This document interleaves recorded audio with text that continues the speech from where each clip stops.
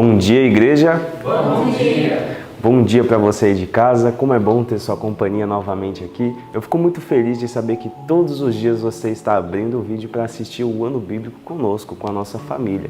E quando você faz isso, você faz parte da nossa família. Então eu quero convidar todos, antes de nós começarmos a louvar nosso Deus, a nos ajoelharmos para orar a Ele. Vamos nos ajoelhar? Senhor Deus e Pai, muito obrigado por estarmos aqui para estudarmos a Tua Palavra, reunidos, Pai.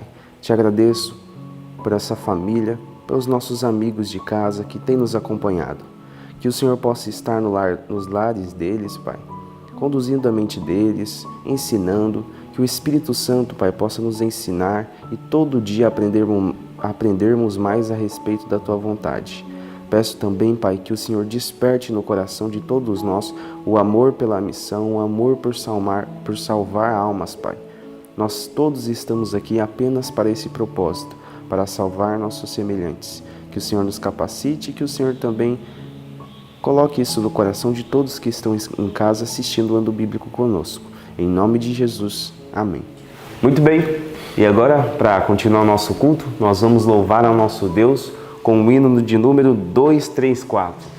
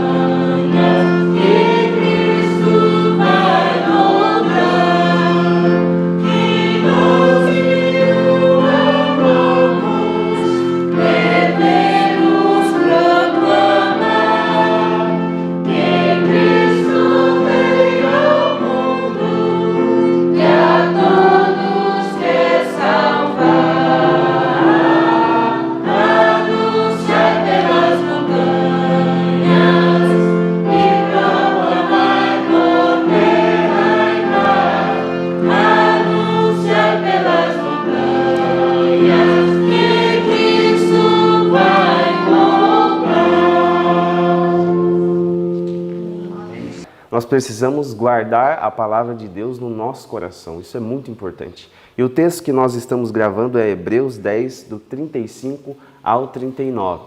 Então, convido você e todos aqui a citarmos esse texto. Vamos lá? 1, 2, 3 e... Hebreus 10, do 35 ao 39.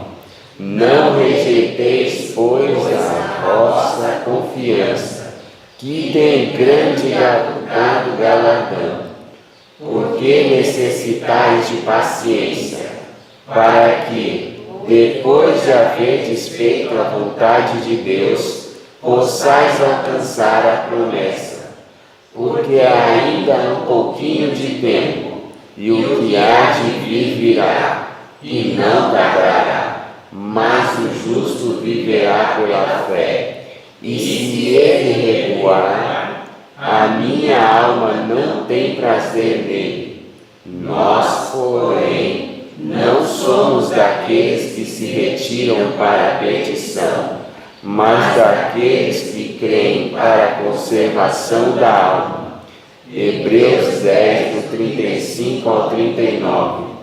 Hebreus 10, do 35 ao 39.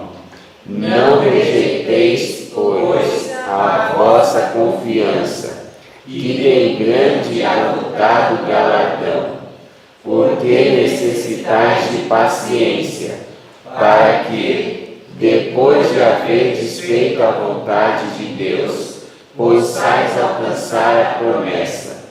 Porque ainda um pouquinho de tempo, e o que há de vir virá, e não tardará, mas o justo viverá pela fé.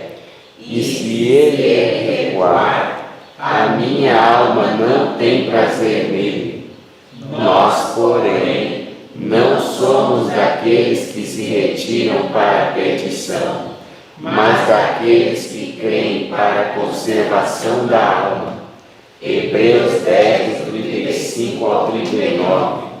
Hebreus 10, do 35 ao 39. Não rejeiteis, pois, a vossa confiança, que tem grande e avultado galardão, porque necessitais de paciência, para que, depois de haverdes feito a vontade de Deus, possais alcançar a promessa.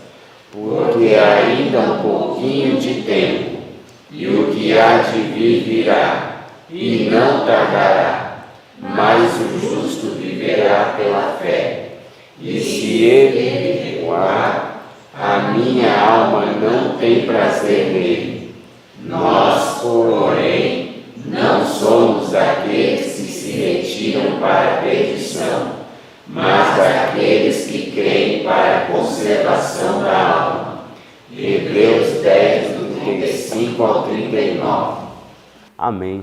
Eu tenho certeza que Deus ele vai te ajudar essa semana a gravar esse texto tão importante de Hebreus. Que Deus te abençoe e fique com o nosso estudo.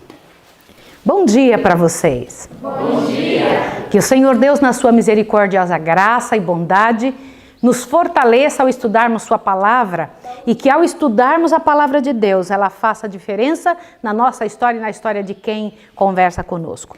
Já começou o inverno, não é? Já começou a chegar nos momentos mais friozinhos. Aqui em cima da montanha, o inverno já começou a chegar. Eu recebi uma coisa que me alegrou muito essa manhã. Antes de abrirmos a palavra de Deus, eu quero repartir com vocês isso que eu tenho para dizer. Algumas vezes, as pessoas que ouvem o material que expomos na internet, elas entram em contato conosco. E estas pessoas que entram em contato acabam vindo aqui, acabam se tornando nossas amigas de forma especial. Outras, no entanto, pedem estudos bíblicos porque elas não compreendem ainda toda a verdade do Evangelho. Ninguém compreende tudo, mas graças a Deus a Igreja Adventista é detentora das mensagens do Senhor para os últimos dias, é a detentora da lei do Senhor para representar e mostrar isso ao mundo. Então, estas pessoas ao nos procurarem, nós encaminhamos para que estudem. Foi o caso de umas irmãs que entraram em contato conosco e eu mandei este recado destas irmãs que não são da Igreja Adventista, para alguém que poderia auxiliá-las aonde elas estão morando. Lá nesse local onde elas moram, nós procuramos a liderança da Igreja Adventista local. No caso, eu procurei o secretário da associação responsável por aqueles limites aonde essas irmãs estavam. E este pastor Alexandre, da Mineira, deixa eu ver se ele é Mineira Oeste, Pastor Alexandre, então, foi até a casa destas pessoas e ele mesmo começou os estudos bíblicos com elas e mandou hoje uma foto para a gente ver este momento especial do trabalho. Eu estou muito feliz por isso, muito agradecida ao Senhor, porque essas pessoas estão sendo alcançadas. Aleluia! Louvado seja o nome de Deus. Vocês conseguiram colocar a foto da família? Então, olha aqui a foto que o pastor Alexandre mandou agora de manhã. Acompanhe e ore por estas pessoas. E a Joana está colocando ainda, né? Deixa eu ver, já está lá? Olha ali, ó, ali está o pastor Alexandre junto com as mulheres que receberam a visita dele. Já começou esse pessoal, ficou muito impactado com o que temos colocado dentro da internet e tem pedido a Deus que Deus os revele a eles, a toda pessoa que pedir ao Senhor, que seja revelada a verdade encontrará essa pessoa. Amém, queridos? Amém. Vamos ao nosso estudo? Vamos naquela recapitulação da Bíblia inteira que fizemos ontem. Nós tivemos a chance diante de Deus de estudar um pedacinho de cada parte da palavra do Senhor e paramos em Daniel capítulo 2 com a estátua do sonho de Nabucodonosor. Eu só quero revisar com você, porque ontem deveríamos ter passado com você alguns detalhes sobre essa estátua. O tempo em que cada um dos metais da estátua do sonho de Nabucodonosor, fez a referência bíblica e fez a referência histórica. Observe isso que você está vendo ali agora. Veja agora esta imagem tão importante para que você entenda a seriedade do sonho de Nabucodonosor. Observe que nesta imagem que você está vendo, a cabeça de ouro representava o reino que Nabucodonosor estava envolvido, correto? Sim ou não? Também Daniel explicou que ouviu de Deus que o próximo reino seria um reino mais fraco, porém grande também.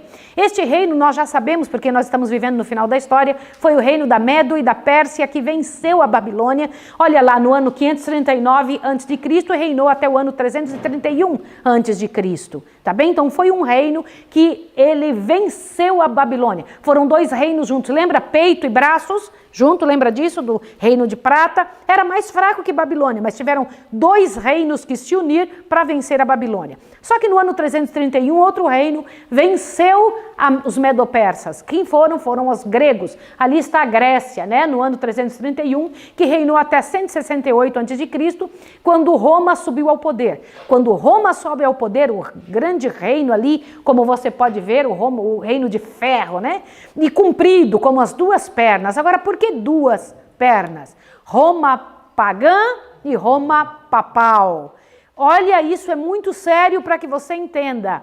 Nesta época reinariam dois poderes junto. Nesta época, os dois poderes das duas pernas, Roma pagã e Roma papal. Só que esta Roma pagã e Roma papal continuaria até quando? Veja que os pés são uma mistura de ferro, que ainda estava nas pernas, mais barro. O que significa isso? Que Roma pagã e Roma papal continuaria mandando no mundo, mesmo misturado com barro. E dividido entre 10 reinos, que foi a questão da divisão dos reinos. Ali, ó, está vendo o reino dividido em 476 depois de Cristo, com o Império Romano que foi fragmentado. Olha, isso tudo você vai estudar daqui uns dias. Eu só estou dando uma pinceladinha para que a sua mente tome um impacto e então você possa ir amadurecendo essas informações mentais. Então, a estátua de Nabucodonosor, nós que estamos vivendo no final da história, podemos ter certeza absoluta que funcionou. Só está faltando a pedra, né? Que sem auxílio de mão humana bateu nos pés da estátua, e nós sabemos que é o único reino que não será passado a outro. Babilônia foi passado aos medo-persas, os medo-persas foi passado para os gregos para Roma. Roma então foi dividida em 10 reinos, que são hoje a Europa, né? Que nós temos esses 10 reinos na Europa, tá bem? E o próximo reino não seria nem dividido nem passado a ninguém. Aleluia! De qual reino você é? De qual reino você é? Pensa. Você é babilônico? Você é romano? Você é brasileiro? Responda. Nem isso você é. Você é do reino do céu. Quando você se torna adventista do sétimo dia, você recebe nova cidadania. Aleluia, queridos. Louvado seja o nome do Senhor. Então você é deste reino que não passará a outro povo. No entanto, no capítulo 3... de Daniel, nós temos uma outra informação, que o Senhor Deus, hoje pela manhã, nos fez entender em comparação com Crônicas, né? Nós vimos um pedacinho de Crônicas, não foi isso? 1 Crônicas, capítulo 9, o Senhor Deus ali vem trazendo algumas informações para o seu povo, dando a eles clareza sobre algumas situações que eu quero destacar só uns pedacinhos antes de entrar em Daniel capítulo 3. Por favor, ao abrir sua Bíblia em Crônicas, 1 Crônicas 9, você vai encontrar o povo de Jerusalém. No capítulo 1 diz claramente que eles foram levados, olha lá, cativos para a Babilônia por qual razão? O que diz aí? 1 Crônicas 9, verso 1. Diga, por favor. Por causa de quê? Transgressão. Por causa de sua infidelidade. Não existe como ser infiel e não receber o resultado disso, seja em maior ou menor grau. Sim ou não? Sim. Sempre devemos escolher aquilo que nos é mais difícil, porém a única coisa acertada a fazer, que é permanecer firmes ao Senhor, né? E dentro desta revelação da quantidade de pessoas que foram levadas para a Babilônia, que aqui eles estão escritos, né? Foram inscritos, foram catalogados como pessoas que foram, inclusive seus trabalhos, inclusive suas atividades junto ao povo de Deus, eu encontro no verso 20 do capítulo 9 um detalhe interessante, e eu gostaria que isso fosse escrito a respeito de nós. Finéias, filho de Eleazar, dantes era guia entre eles, e o Senhor era com ele. A quem dera se isso fosse dito por nós sempre. Não pelo fato de receber de Deus as bênçãos, porque Ele anda conosco, mas pelo fato de andarmos com Ele. Compreende a diferença? O fato de andar com Deus deveria trazer para nós um desejo muito grande de que isso fosse dito a nosso respeito. Aqui também fica claro que quem eram os cantores, olha que interessante isso para você ver, eram os levitas, no verso 33. Aqueles que eram cantores, cabeças da família dos levitas, moravam nas câmaras do templo e estavam isentos de outros serviços, porque de dia e de noite se ocupavam neste serviço. Interessante, né? Agora, por quê? E eu quero chamar a atenção de vocês que hoje em dia os cantores, eles cantam e saem correndo da igreja e ficam lá no fundo, não participam de quase nada. Não é este o correto a ser feito. É um trabalho muito, mas muito dispendioso, porque a pessoa precisa ensaiar e ensaiar muito bem, mas isso não os isenta de forma alguma de estar envolvidos com as coisas do Senhor. Às vezes, no trabalhar para Deus, se esquece de ter comunhão com Deus, né? Vamos para Daniel capítulo 3. Veja que coisa interessante que vamos estar envolvidos agora em Daniel capítulo 3, porque é uma das partes da Bíblia interessantíssimas e cheias de muita, mas muita verdade. Eu só quero lembrar de duas partes do capítulo 1 e capítulo 2 de Daniel, que foram mostradas ou trabalhadas no capítulo 39 do Profetas e Reis e no capítulo 40 do Profetas e Reis. Se você pegar o capítulo 39 de Profetas e Reis, o resumo deste capítulo, sempre você tem que procurar o resumo do capítulo, o ponto central. Qual é o cerne? Se você pegar uma semente de alguma coisa para comer, a parte principal da semente não é o amido, é a partezinha onde estão, são os germes disso, né? Onde estão a capacidade de procriação ou capacidade de continuar crescendo aquela semente. Todo o texto possui a parte central. Qual é a parte central do capítulo 39, do capítulo 1 de Daniel? Qual é a parte central? A parte central é que a fidelidade é plantada na infância. Entenderam isso ou não? Que a atitude de um pai e de uma mãe faz uma diferença tremenda no frigir dos ovos mais tarde, quando a criança precisar dar frutos, quando ele tiver que desenvolver alguma situação. Se você é adulto, está sofrendo com as situações que você hoje luta contra o pecado, não é somente por causa da sua inclinação, é porque você não foi direcionado, treinado para a obediência. Isso é muito sério, é preciso compreender. Enquanto não entendermos que o que estamos lutando é por causa das falhas que houveram na nossa vida até agora, não tomaremos ponto de mudança e nem de restauração. Você luta contra orgulho, você luta contra inveja, você luta contra glutonaria, você luta contra o quê? Qual é a tua luta? A tua luta foi plantada na infância e precisava ter sido corrigida. Pais precisam corrigir seus filhos, né? E ali com a questão de Daniel e seus companheiros, que ficaram firmes pelo que é reto, ainda que caísse o céu, eles tiveram uma vida impoluta, não foi só na alimentação.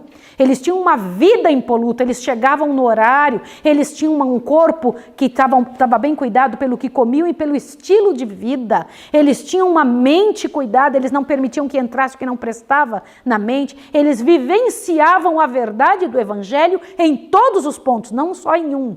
Eles não eram capengas no estudar e compreender as verdades do Evangelho. Eles não escolhiam só a parte que lhes era agradável ou que entendiam melhor.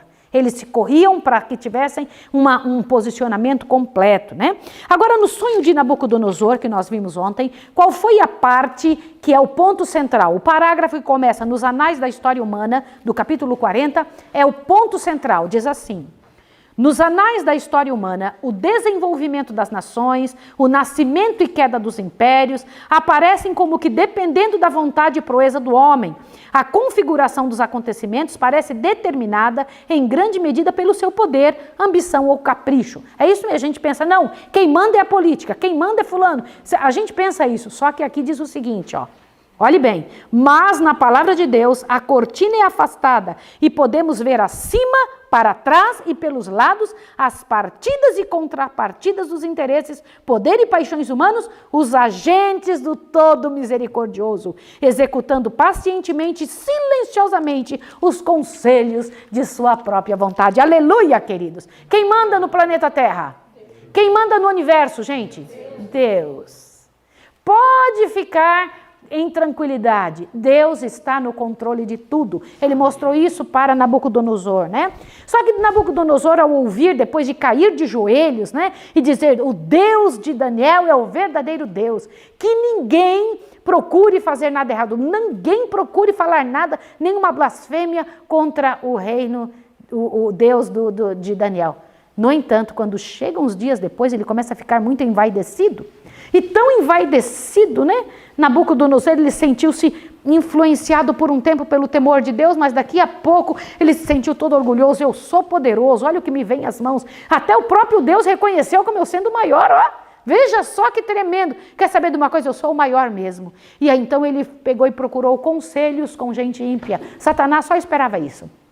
Satanás usa as nossas fraquezas. E ele tinha visto, Satanás tinha visto que aquela interpretação dos sonhos tinha dado muito poder a Deus. Ele falou, eu vou arrumar um jeito de diminuir o poder de Deus e mudar toda a interpretação dessa estátua. O que ele fez? Fez Nabucodonosor mandar construir uma estátua imensa. Só que aquela tinha só a cabeça de ouro, ele mandou construir inteira de ouro. Gente, vocês têm ideia aqui de quanto dinheiro que Nabucodonosor, que o Império da Babilônia tinha?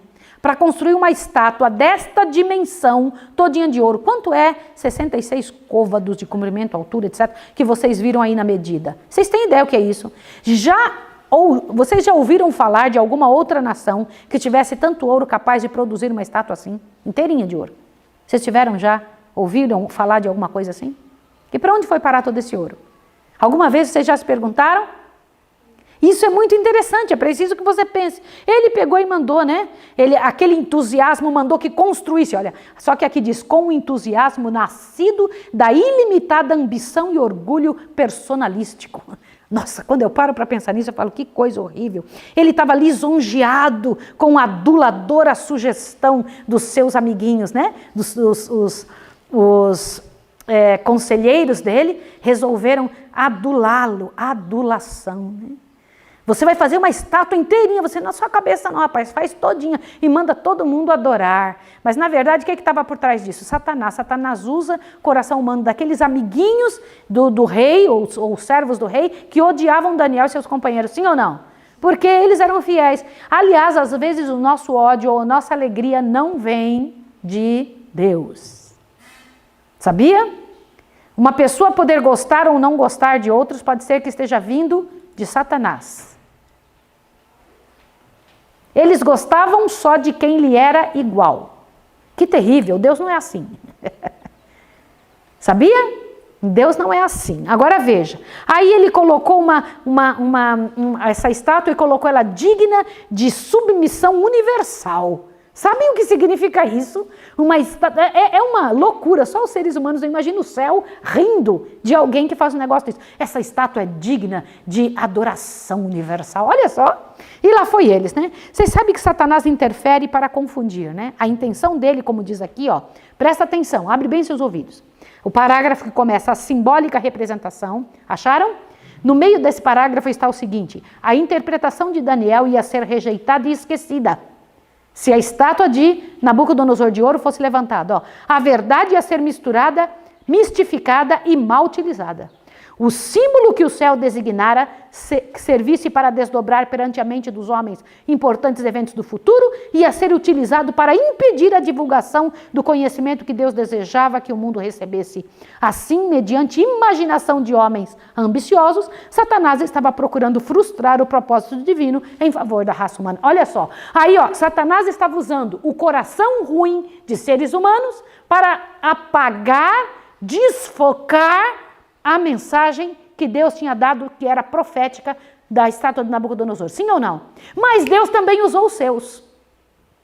Às vezes uma coisa muito ruim faz você pensar, xiii, Deus está brigando comigo. Na hora que a estátua foi levantada e uma música foi tocada, não esqueça essa situação. Você que está em casa, em nome de Jesus, não esqueça essa informação. A música seria tocada e pela música eles sabiam que era a hora de ir adorar na planície de Dura. Entenderam isso ou não? Guarda essa informação. Mais tarde ela vai fazer muita diferença. E então lá foi todo mundo adorar. Então quem ficou em pé? Todo mundo adorando. Quem ficou em pé? Quem foi? Os 3 hebreus. Na verdade, essa imagem ali, ó, de Jesus ali junto com os outros, tá vendo? Imagine ali essa imagenzinha, os 3 rapazinhos, e então foi chamado ele. Por que vocês não adoram? Por que vocês não ajoelham? Por que vocês não ficam como os outros? Eles simplesmente disseram, nós não adoramos ninguém, a não ser o Deus eterno. Amém. E aí o Nabucodonosor mandou chamar, é de propósito o que vocês estão fazendo? Puxa, que situação. Vocês sabem que vocês serão esmiuçados? Vocês sabem que vocês serão colocados dentro da fornalha ardente? Aí eles, sei sim. E o incrível é que quem tinha dedurado eles foi quem que tinha dedurado? Quem tinha delatado estes homens? Os amigos do rei, os que eram os servos do rei, eram que tinham delatado. De que maneira? Aqueles que tu constituístes, falaram para o rei, que tu constituíste sobre os negócios das províncias da Babilônia, são os que não te adoram, rei. O que estava por trás dessa frase? Bora, eu quero que vocês analisem. Inveja. Ciúme. Às vezes uma frase tem muito que revelar, não sobre a atitude da pessoa de que se está falando, mas sobre a atitude de quem está falando. Entenderam isso? Esses daí que você, colocou aí no cargo maior que o nosso, estão fazendo isso com você. Está na hora de você tomar providência. E eles pensaram, puxa, agora eu me livro deles e pego o cargo deles, sabia? Agora eu me livro dessa gente, desses chatos que são uma revelação de que eu estou errado. Porque a vida dos companheiros de Daniel revelavam que eles, os sábios, estavam errados. Vou te dizer uma coisa bem clara. Às vezes as pessoas são perseguidas não pelo que fazem, mas pelo que representam no coração de quem não faz. Queria que vocês entendessem bem o que eu estou falando. Às vezes o ódio que é representado sobre alguma pessoa não é pelo que ela é, mas pelo que ela representa como acusação. A vida dela é uma acusação. A vida dessa pessoa é uma acusação para quem está errado. E a pessoa fica com muita raiva dizendo, eu te acabo, desmereço ou destruo você. E eu vou dizer uma coisa para vocês. Eu não dou importância para a opinião de pessoas que não vivem o que eu vivo. Você está entendendo a seriedade do que eu estou dizendo? Se ela não entende o que eu estudei, o que eu vi, o que eu busquei de Deus, que eu ganhei dos joelhos, como é que eu vou me importar se ela diz que eu não estou certa ou errada? Eu não posso sofrer por isso. Isso é muito sério. E foi o que Daniel e os companheiros dele pensaram. E aí o que aconteceu? Olha que coisa séria. Ao entrarem os 3 hebreus na presença do rei, peguem esse parágrafo, que esse parágrafo aqui é a chave. Este compreendeu que eles possuíam alguma coisa que faltavam nos outros sábios do reino. Acharam essa parte? Por favor, observem que sério isso. Gente, eu queria que todos vocês agora, sem falhar todos os servidores da escola, pegassem seu livro agora. Por favor, todos os servidores da escola. Litinha, por favor, eu preciso que você vá pegar seu livro. Estou aguardando você. Eu preciso que todos vocês peguem isso agora, porque se você não entender essa parte, você perdeu o fio da meada. Não é o fato de cair dentro da fornalha, não é o fato de o Senhor Deus entrar lá e salvar os meninos. Todo mundo sabe dessa história desde criança. Sim ou não? Olhe os pormenores de que Deus mostra aqui. Acha o parágrafo que diz assim: ao estarem os 3 hebreus em presença do rei, acharam? Vou esperar todos acharem. Quero que vocês me digam aleluia aí, se acharem. Achou? Então olha lá. Ao entrarem os 3 hebreus em presença do rei, este compreendeu que eles possuíam alguma coisa que faltavam aos outros sábios do seu reino. O que era? Te assusta agora? Eles haviam sido fiéis no cumprimento de cada obrigação. Ele desejava dar-lhes outra oportunidade. Peraí. O rei sabia que eles eram fiéis, sim ou não? Essa fidelidade nas coisas que chegavam às mãos deles para fazerem, tornou eles fortes para, na hora da prova, dizer: não faço. Não vou transgredir as leis do meu Deus. Não farei o contrário, porque eu aprendi a fazer certo e em fidelidade o que me foi entregue nas mãos. E o rei percebeu isso ou não percebeu? Gente, essa gente é muito útil no meu reino. Vou dar outra chance para eles. Queridos, já viu o rei do mundo chamar 3 jovenzinhos que não se ajoelham na frente da estátua? Ele podia dizer: deixa para lá. Mas estes, ele falava: peraí, eu não posso fazer isso não. Eu tenho que pensar num jeito de persuadi-los, de dissuadi-los a que façam o que eu estou pedindo. Deixa eu dizer uma coisa para vocês. Esses meninos olharam para o rei, olharam para o que estava sendo ameaçados, mas uma coisa os assegurou. O que foi que os assegurou?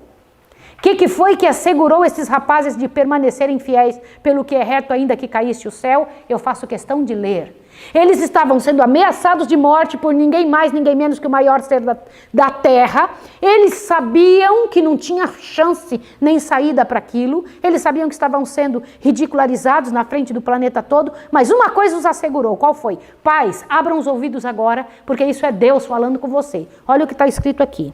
O parágrafo começa: foram inúteis as ameaças do rei. Acharam? Olha, pais, o que está escrito aqui. Foram inúteis as ameaças do rei. Ele não logrou desviar os homens de sua obediência ao governador do universo. A história de seus pais lhes ensinara que a desobediência a Deus resulta em desonra, desastre e morte. E que o temor do Senhor é o quê? O princípio da sabedoria, o fundamento de toda verdadeira prosperidade. Entenderam isso ou não? Olhem para cá. O que os meninos lembraram? Do que os pais tinham ensinado. Isso os assegurou, sim ou não? Sim. Todos nós passaremos por provas, todos os filhos passarão por prova. Se nós formos complacentes com o pecado, o filho será complacente com o pecado também. Pode acreditar o que eu estou lhe dizendo. Se nós não formos firmes no que é reto, ainda que caiam os céus, os filhos, com certeza absoluta, eles olharão para o que é mais fraco, porque a natureza é fraca, e seguirão fraco. Pode escrever o que eu estou lhe dizendo. É assim a vida. Aí o rei falou: tudo bem, aumenta 7 vezes a fornalha, joga eles lá dentro. Vamos ver ali a imagem, Joaninha, pode passar lá. E botou eles lá 7 vezes na fornalha, lá dentro. E aí, quando os homens foram colocados dentro da fornalha, aqui vem uma coisa interessantíssima. Vocês perceberam que aconteceu um milagre antes de Jesus entrar dentro da fornalha? Perceberam ou não? Antes de Jesus ser visto dentro da fornalha, foi percebido um milagre. Qual? Os homens que foram jogar os 3 irmãos nossos dentro da fornalha morreram torrados, e os nossos meninos não. Já era a primeira coisa que o rei já devia ter começado a pensar. Sim ou não? Aí quando foram jogados lá, o rei está lá observando. E ele disse uma frase: não foram 3 que a gente jogou lá dentro? Só que eu estou vendo um quarto, e o quarto tem a aparência do filho dos deuses. Olhe para cá. Como ele sabia desse tal de filho dos deuses, se ele era um homem pagão? Gente, quando eu li isso daqui, tantos anos lendo, eu não tinha percebido. Foram os próprios Daniel e seus companheiros que tinham explicado para o rei que Jesus um dia nasceria, que ele era o Filho de Deus. Quer ler isso? Olha o que está escrito aqui nesse parágrafozinho, ó. Do seu real trono o rei olhava, olha, do seu real trono o rei olhava, acharam isso? Atentamente, para ver inteiramente, esperando ver inteiramente consumidos os homens que o haviam desafiado. Mas seus sentimentos de triunfo subitamente mudaram. Os nobres que lhe estavam próximos viram sua face tornar-se pálida, enquanto ele descia do trono e olhava atentamente para dentro das chamas ardentes. O alarmado rei, voltando-se para seus cortesãos, perguntou: não lançamos nós 3 homens atados dentro do fogo? Eu, porém, vejo 4 homens soltos que andam passeando dentro do fogo, e não há de lesão neles, nada. O aspecto do quarto é semelhante ao Filho dos deuses. Como ele sabia isso? Olha agora como. Como sabia o rei pagão a que era semelhante o Filho de Deus? Os cativos hebreus, que ocupavam posição de confiança em Babilônia, tinham representado a verdade diante dele na vida e no que mais? No caráter. Continua, olha lá. Quando perguntados pela razão de sua fé, imagina o pessoal, por que vocês agem assim? Por que vocês são assim? O que eles falaram? Desculpa aí, mas daqui uns dias eu vou aparecer com vocês. É isso que eles disseram? Não. Quando fora perguntado a razão da fé deles, olha lá, tinham dado sem hesitação a resposta. Clara e singelamente tinham apresentado os princípios da justiça, ensinando assim aos que lhe estavam ao redor a respeito do Deus a quem adoravam. Eles tinham falado de Cristo, o Redentor vindouro, e na aparência do quarto no meio do fogo, o rei reconheceu o Filho de Deus. Aleluia! Queridos, olha que coisa mais linda. Então o rei falou isso, e aí imediatamente mandou gritou lá: saiam daí, filhos. Não foi isso ou não? Saiam daí, 3 rapazinhos. Aí os rapazes saíram. Só que uma coisa interessante, a única coisa que tinha queimado ao serem jogados lá, as cordas que tinham sido amarradas. Gente, quando nós formos lançados no fogo, só será queimado o que Satanás trouxer para nós. Está entendido? Sim ou não? Não será queimado o que Deus colocou, será queimado o que Deus não colocou e que ainda estiver em nós. Está entendido? E aí não tinha nem cheiro de fumaça neles. Por que isso aconteceu? Lá em Isaías tem uma partezinha que diz assim: ao passares pelas águas, serei contigo. Ao passares pelo fogo, as chamas não arderão em ti. Quantos de vocês creem nisso? Amém. Estes jovens acreditavam, porque diz que na hora que eles foram lançados lá dentro da fornalha, eles lembraram desta parte do livro de Isaías. Sim ou não? Sim. Agora te assuste. A resposta deles para o rei é muito impressionante. Se Deus quiser me livrar, Ele nos livrará. Mas se não livrar, eu não mudarei de posição de qual maneira nenhuma. O que é isso? Eles não estavam sendo deselegantes com o rei. Eles estavam sendo reais, verdadeiros e honestos com o Deus do céu. Eles estavam dizendo: ainda que eu morra, eu farei o certo. Eles não eram cristãos circunstanciais. Não era a circunstância que determinava se eles permaneciam fiéis ou não. Era o princípio de Deus. Qual é o princípio? É este: independente que seja o rei do mundo, você não tem que mudar de posição. Está entendido ou não? Isso não é sério? E Deus os honrou? Sim ou não, senhores? Deus honrou a eles. E a verdade de novo foi trazida à cabeça de Nabucodonosor. E isso me impressiona demais, tá? Eu preciso que vocês pensem uma coisa. Aí o rei Nabucodonosor chega e lança um decreto. Qual é o decreto? Não era para blasfemar Deus. Sim, o que mais? A pessoa que blasfemasse ia ser cortada, que blasfemasse contra o Deus de Daniel. Não é isso? Contra o Deus dos 3 companheiros, sim ou não? Ele tinha direito de fazer isso diante do céu? Não. É isso que você precisa pensar. Raciocina o que eu vou te dizer agora. Olha bem. Deus foi honrado com a posição de Nabucodonosor, sim ou não?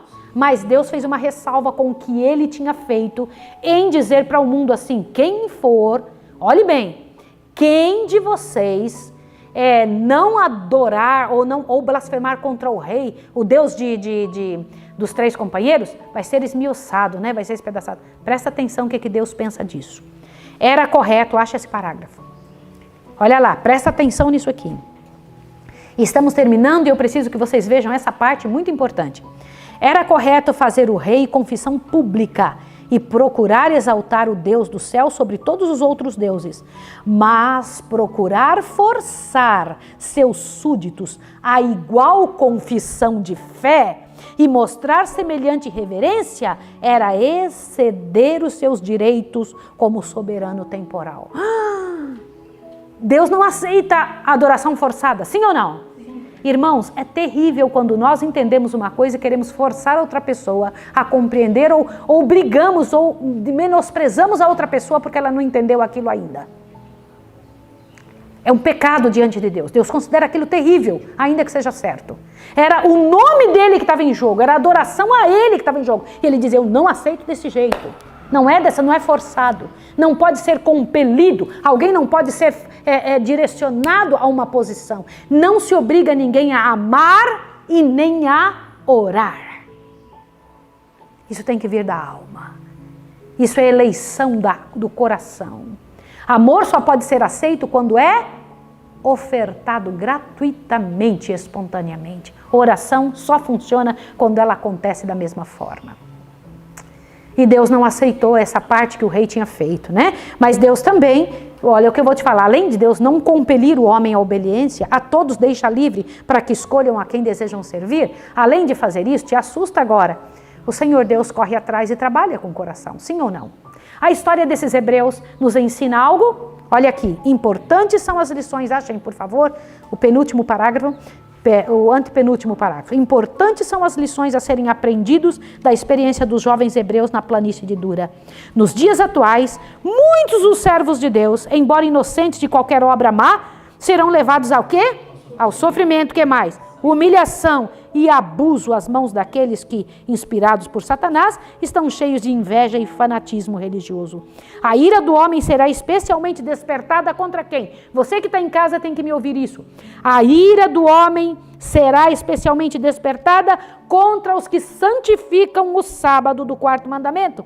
E por fim, um decreto universal denunciará estes como dignos de morte. Saiba que estamos chegando perto desse dia. Daqui a pouco esta situação acontecerá. Você tem que tomar sua posição hoje, em nome de Jesus. É hoje que você tem que procurar a Deus e fazer deste estudo que você está fazendo pela manhã, busca na palavra do Senhor, a parte mais importante do teu dia.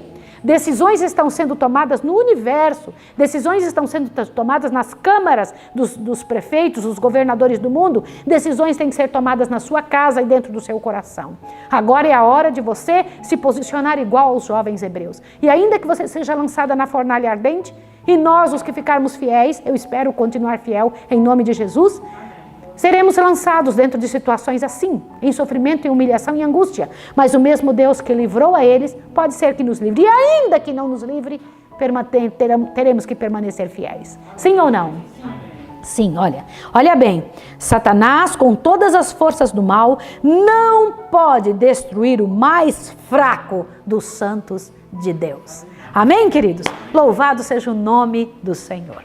Chegou a hora, então, de nós orarmos, pedindo ao Senhor que nos abençoe e abençoe você que está em casa. Porque o Senhor deixou reveladas essas histórias que são para nós um bálsamo tremendo diante deste mundo, mostrando o que é que devemos fazer diante do universo.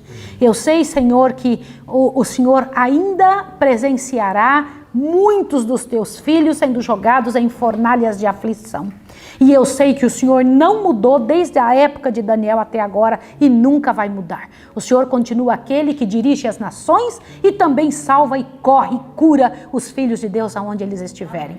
Eu rogo a Ti na misericórdia de Jesus que nos faça fiéis, que estas pessoas que estão em casa, os irmãos do Senhor que estão espalhados ao redor do mundo, façam um firme propósito. Farei o que o Senhor pede. Vou educar meus filhos como o Senhor Deus pede e que pela graça e poder de Deus, Tua presença se veja em nós e nossas atitudes. Em nome de Jesus. Amém. Amém. Os 3 jovens tinham sido lançados dentro da fornalha ardente. E eu imagino os anjos desesperados, porque os anjos não sabem sobre estas situações. Os anjos não sabem o futuro. Deus já sabia o que ele ia fazer. Porque antes que clame, eu te responderei. Mas imagine um anjo dizendo assim: Senhor, eu vou lá salvar os teus filhos. Aí o Senhor Deus: não, você só tem 2 asas. Imagine um anjo de 4 asas: eu vou lá salvar os teus filhos. Não, você... Imagine um anjo de 6 asas, um serafim dizendo: eu vou correndo, Senhor, eu sou mais rápido, tenho 6 asas. O Senhor Deus disse: nenhum de vocês. Tchum! Aquele que consegue estar em todos os lugares ao mesmo tempo, o próprio Filho de Deus, veio correndo para salvar aqueles que lhes era caro. Bendito seja o nome do Senhor. Que Deus abençoe vocês e até amanhã. Um beijo, gente. Tchau, tchau.